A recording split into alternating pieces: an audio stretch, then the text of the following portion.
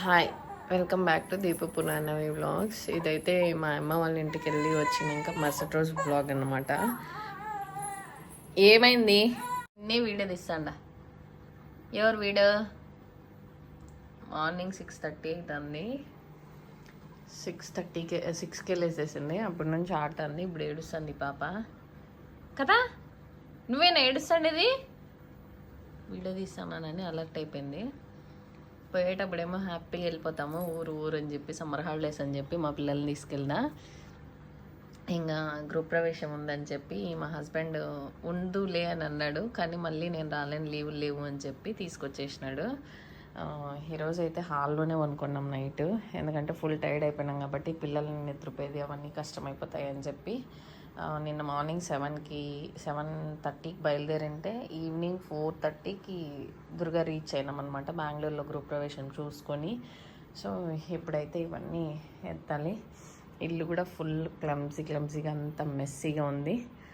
అంత నీట్గా క్లీన్ చేయాలి. మా హస్బెండ్ ఏదో కొంచెం క్లీన్ చేసినాడు అంతే. కిచెన్ అయితే ఇంకా దరిద్రంగా ఉంది, ఏం వంట కూడా చేసుకోండిలా. అది కూడా చూపిస్తాను. ఇగో ఇవైతే నిన్న తెచ్చుకున్న మ్యాంగో పునానవి. సో నిన్న అయితే హోటల్ నుంచి తెచ్చుకొని తినేసినాము. ఇవన్నీ కూడా క్లీన్ చేయాలి, స్టవ్ కూడా కడగాలి. అయితే ఈ చిన్న పాపకి సెర్లాక్ తినిపించేసి పడుకోబెట్టేస్తే ఈ పని అంతా అవుతుంది. పునానవి కూడా ఈడే పడుకోనింది. ఇప్పుడే తీసుకుని వెళ్ళి బెడ్రూమ్లో పడుకోబెట్టినా నేను. అక్కడ పడుకోనుంది పునానవి. వాషింగ్కి బట్టలు కూడా చాలా ఉన్నాయి, అవన్నీ కూడా వేయాలి. ఇంకొక విషయం ఏం చెప్దాం అనుకుంటున్నానంటే, ఇప్పుడు మన పెళ్ళి అయిన తర్వాత అమ్మాయిలు ఎట్లా అంటే, వాళ్ళ ఇంటికి కూడా వాళ్ళు వెళ్ళాల్సిన వెళ్తే ఎట్లా అనుకుంటారంటే పల్లెలో, అయ్యో ఏమో ఈ పాప గొడవ పడి వచ్చేసింది, ఇంకా పోదేమో, ఒకరే పోతే. అదే హస్బెండ్తో పోతే ఎవరైనా మనం ఊరికి పోయినామంటే ఫస్ట్ మీ హస్బెండ్ వచ్చినాడా రాకపోతే ఏముంది అంటే, మనం మన ఇంటికి పోయేదానికి కూడా అధికారం ఉండదా? ఒకరు పర్మిషన్ తీసుకొని వాళ్ళని తీసుకొని పోతేనేనా? వెనకాల సెక్యూరిటీ గార్డు ఉంటేనే పోవాలా? అయ్యో, ఈ పిచ్చి జనాలు ఎప్పుడు మారుతారో ఏమో. ఇంకా 90s కాలంలోనే ఉండిపోయినారు ఈ మాటల్లో మాత్రం పల్లి జనాలు. మా ఊరికి వెళ్ళినప్పటి నుంచి ప్రతి ఒక్కరు అడిగే పనే. ఇంకా వచ్చేసే రోజు నన్ను 2-3 అడిగినారనమాట, ఏమి గొడవ పడి వచ్చినావంటని అని. ప్రతి ఒక్కరి సంసారంలోన గొడవలు అనేది కామన్. కానీ మా హస్బెండ్కి నాకు గొడవ వచ్చి ఇట్లా వెళ్ళిపోయే పరిస్థితి అయితే రాదు కూడా. ఎందుకంటే మేమిద్దరం కొట్లాడుకున్నాం ఒక 10 minutes మాత్రమే, ఆ తర్వాత కాంప్రమైజ్ అయిపోతాము. ఇంకా ఇది ఎందుకు చెప్తున్నానంటే ఒక క్లారిటీ కోసం చెప్తున్నా. మేమేదో వేరే వాళ్ళ గురించి మాట్లాడుకున్నాం అంతే. అది నేను మా అమ్మ వాళ్ళకి చెప్పిన, దాన్ని విని ఎవరెవరో ఏమేమో చెప్పుకోండి, పెద్ద ఒరిగిపోయేదంటూ ఏముండదు. ఈ వీడియో మా ఊరోళ్ళు చూస్తారని నేను అనుకుంటున్నా. ఆల్మోస్ట్ నా దాంట్లో అంతా మా ఊరి వాళ్ళే సబ్స్క్రైబర్స్. సో చూసి బుద్ధి తెచ్చుకుంటారని చెప్పి నేను అనుకుంటున్నా. ఎవరినైనా కానీ అట్లా హింసించకండి. మొగ్గుడు రాలేదా, మీ మొగ్గుడు ఎందుకు రాలేదు, పోయేటప్పుడు పిలుచుకొని పోయేదానికి వస్తాడా, ఈ తలకాయ నొప్పులన్నీ ఎవరెవరి ఇష్టం వాళ్ళది. ఒక్కొక్కరికి అబ్బుతుంది, ఒకరికి అబ్బదు వచ్చేదానికి పిలుచుకోపోయేదానికి. అట్లని మొగుడు రాలేదని చెప్పి ఎవరు వాళ్ళ తల్లి తండ్రి దగ్గరికి పోరా? వాళ్ళకి ఆశలు ఉండవా? ఇప్పుడు మా పిల్లకి పునర్నవికి అక్కడే ఉండి మా అక్క వాళ్ళ పిల్లలతో ఆడుకోవాలంటే ఇష్టము. సో మా హస్బెండ్ రాలేదని నేను పోకూడదా? మా హస్బెండ్కి లీవ్లు ఉండవు, సండే కూడా వర్కింగ్ ఉంటుంది. సో నేను పోకూడదా? ఏందో ఈ పిచ్చి జనాలు. అందరికీ అన్నీ ఒకటేలాగా జరగవు, ప్లస్ అందరికీ ఒకటేలాగా ఉండదు జీవితం. ప్లస్ ప్రతి ఒక్క సంసారంలోన గొడవలు అనేది కామన్. అది మనం సర్ది చెప్పుకునే దాంట్లో, కాంప్రమైజ్ అయ్యే దాంట్లో ఉంటుంది. నేను ఇప్పటికి పెళ్లి చేసుకొని ఈ ఆగస్ట్ వస్తే 5 years అవుతుంది. ఈ 5 yearsలో ఏ ఒక్క రోజుగానే మేము కొట్లాడుకొని మాట్లాడుకోకుండా ఇంట్లోకి వెళ్ళిపోయేది ఇట్లాంటివన్నీ నేను ఎప్పుడు చేసినలా చెయ్యను కూడా. ఎందుకంటే అప్పటికప్పుడే సాల్వ్ అయిపోతుంది. కూర్చొని మాట్లాడుకొని గొడవ పడేసేపు గొడవ పడతాం. మా హస్బెండ్ రైజ్ అయితే నేను సైలెంట్ అయిపోతా, నేను రైజ్ అయితే మా హస్బెండ్ సైలెంట్ అయిపోతాడు. సో అంత పెద్ద ఇష్యూ జరగదు. కాబట్టి 10 minutes ఉంటుంది అంతే గొడవ. దానికి అబ్బో హంగామా చేస్తారు. ఏం చేయలేం, పల్లి జనాల్ని మార్చలేం అంతే. సో అందుకని అవన్నీ విని నేను అక్కడ ఉండదలుచుకోలే, అందుకనే వచ్చేసిన నేను. లైట్ అవన్నీ ఇట్లాంటివన్నీ పట్టించుకుంటా పోతే, పక్కన వాళ్ళ గురించి ఆలోచిస్తూ పోతే మన జీవితమే చెడిపోయేది. అందుకని నేను ఎవరి గురించి పట్టించుకోను కూడా. ఇప్పుడైతే పిల్లకి సెర్లాక్ పెట్టాలా. పాల ప్యాకెట్ కూడా మార్నింగ్ 5కే భరత్ తెచ్చిచ్చేసినాడు. భరత్ 5 o'clock షిఫ్ట్ కాబట్టి మళ్ళీ ఎందుకు పోతావులే పిల్లలు వేసేస్తే కష్టం కదా అని చెప్పి. సో బట్టలు అయితే వాషింగ్కి వేసేటివి ఇవి. కొన్ని బట్టలు అయితే వేసేసిన నిన్ననే. ఆ బట్టలన్నీ వేయాల. ఈ బ్యాగుల్లో ఉండేటివన్నీ తీసి సర్దాలా. ఇంకా ఇవన్నీ తీసేసి మత్త పెట్టేసి కసువు అయితే ఊడ్చాలా. చూడాలి ఎంత టైం పడుతుంది ఏంది అనేది. ఈ పిల్ల ఎప్పుడు పడుకుంటుందో ఇదో ఒక టెన్షన్ నాకు. చూడండి మీరు గుడ్లు వేసుకొని చూస్తుంది బిజ్జిలకుండా. వీడియో తీసే కదలదు, అంత ఇంట్రెస్ట్ ఈ బిజ్జిల్ నా కొడుక్కి. ఏ బిజ్జిలి బిజ్జిలి అమ్మా ఎట్లా తిప్పితే అట్లా తిప్పుతుంది. ఈరోజు మా పాపకి కొత్త ప్రయోగం కూడా చేద్దాం అనుకుంటాను. ఎందుకంటే మా అమ్మ వాళ్ళ ఇంట్లో ఉన్నప్పుడు సంగటి ఒకరోజు తినిపించిన, నెక్స్ట్ ఇడ్లీ ఒకరోజు తినిపించిన, రైస్ కూడా తినిపించేసిన. ఎందుకంటే 6 monthsలో పడి ఆల్మోస్ట్ 15 days పైన అయిపోయింది కాబట్టి ఇంకా కరెక్టే 13 days ఉంటే 7 monthలో పడుతుంది.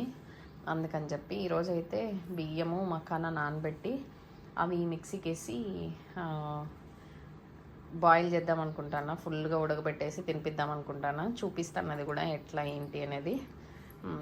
ఎంతవరకు మా పాపకి పడుతుంది అనేది కూడా చూడాలి. మా పాపకంటే పడంది ఏది లేదు. రాగి ఫస్ట్లో పడలేదు, సో ఇప్పుడు పడుతుంది.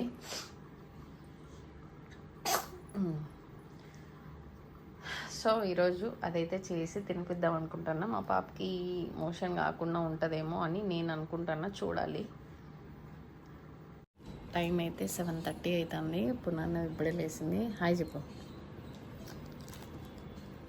బ్రష్ కూడా చేసినలా. బిస్కెట్ ప్యాకెట్ తీసుకునింది తీసి అని చెప్పి. ఈ చిన్న పాప అయితే ఇంకా పడుకోలేదు, ఊపుతానే ఉన్నా. ఇవి కూడా ఇంకా ఏం ఎత్తలేదు. సెర్లాక్ పెట్టేసిన పడుకోబెడదామని చెప్పి ఊపుతా ఉన్నా, పడుకుంటే కదా. పునాన్నమేమో లేసేసింది. అది ఏంది ఈ పాప అయితే పడుకోలేదు. గుడ్ల మీరక్క ఇది గుడ్ల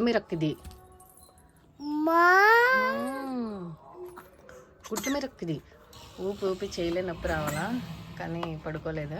అందుకే ఇంకా నేనైతే పని స్టార్ట్ చేసుకుంటా. పునాన్న అయితే ఆడిచ్చేస్తుంది పాపని. సో కసం అంతా ఉడచాలి, బెడ్షీట్ వేయాలి, ఇంకా ఇవన్నీ ఎత్తాలి, అట్లే ఉన్నాయి.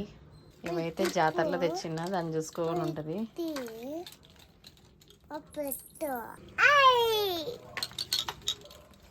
పైనకి ఎత్తుకోవాలి. మొత్తానికైతే ఇల్లు మొత్తం క్లీన్ అయిపోయింది. ఇవైతే వాషింగ్కి వేయాలి బెడ్షీట్లు. చాలా రోజులైంది. ఇంకా ఇవి పనసకాయలు నిన్న తినండేది పునాన్నవి. సో ఇవంతా డస్ట్బిన్ కూడా చెత్త రెడీ చేసేసిన. ఎందుకంటే 8:45కి చెత్తబండి వస్తుంది. వాషింగ్కి బట్టలు కూడా వేసేసిన, ఆల్మోస్ట్ అవుతా ఉన్నాయి. ఇంకా అవి మ్యాట్స్ కూడా వాష్ చేయాలి. కిచెన్ కూడా పాత్రలన్నీ వేసేసి నానబెట్టేసిన. సో వాష్ చేయాలి. వాష్ చేసి ఇది కట్ అంతా కడిగేయాలి స్టవ్తో సహా. పిల్లలు అయితే ఆడుకుంటున్నారు. చిన్న పాప ఏడుస్తుంది. సో పాపని నిద్రపోసి పాత్రలు కడగాలి. మనకైతే ఇక్కడ ఎగ్స్ అయితే బాయిల్ చేస్తున్నా. ఆఫ్టర్నూన్ ఎగ్ కర్రీ చేద్దామని చెప్పి. గ్యాస్ అంతా అల్లకొల్లం అయిపోయిందనమాట. క్లీన్ చేయాలి ఇది కూడా. సో పాత్రలు అయితే మొత్తం క్లీన్ చేసేసిన. అన్నం కూడా అయిపోయింది ఆఫ్టర్నూన్కి.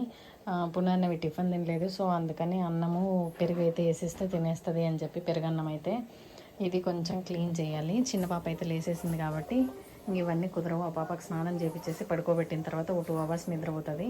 అప్పుడు చారు చేసేసి ఇవంతా క్లీన్ చేసేయాలి. బట్టలు అయితే అట్లే ఉన్నాయి, ఇంకా అట్లే ఉన్నాయి. ఒక రౌండ్ అయితే వేసిన. పునాన్న చూడండి బుక్కులన్నీ పెరుకుతుంది, బ్యాగులన్నీ తీసేస్తుంది. ఇంకా చిన్న పాప అయితే ఇక్కడ ఆడుతుంది.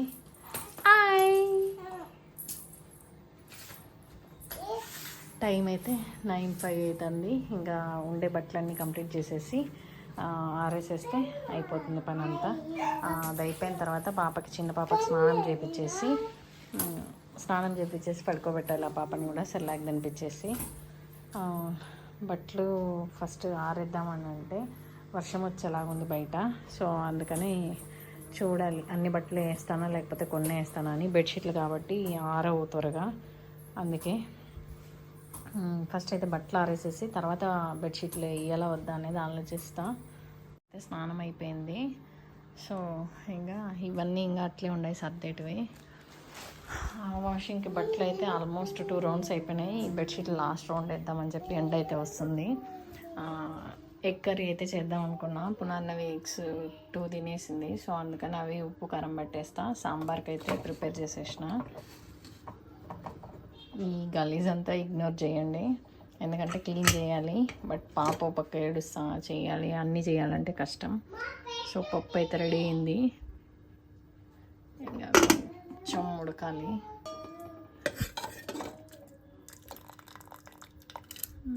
ఆల్మోస్ట్ పప్పు అయిపోయింది.